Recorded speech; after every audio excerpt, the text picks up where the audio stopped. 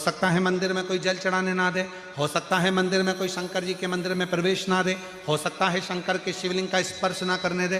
तो अपने घर में अगर शंकर भगवान का शिवलिंग रहता है और हम उस पर भी अगर जल चढ़ाते हैं, आराधना साधना करते हैं, तो वही पुण्य जो मंदिर में प्राप्त होता है वो अपने घर के शिवलिंग में भी प्राप्त होना प्रारंभ हो जाए।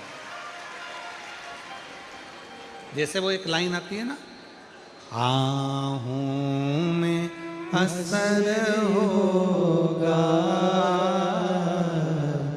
घर बैठे बुला लेंगे।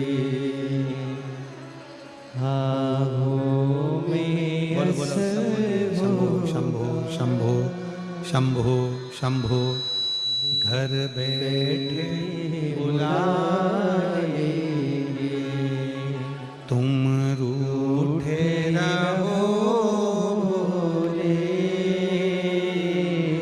हम तुम्हें मना लेंगे। आप भी बोलिएगा, तुम कहते हो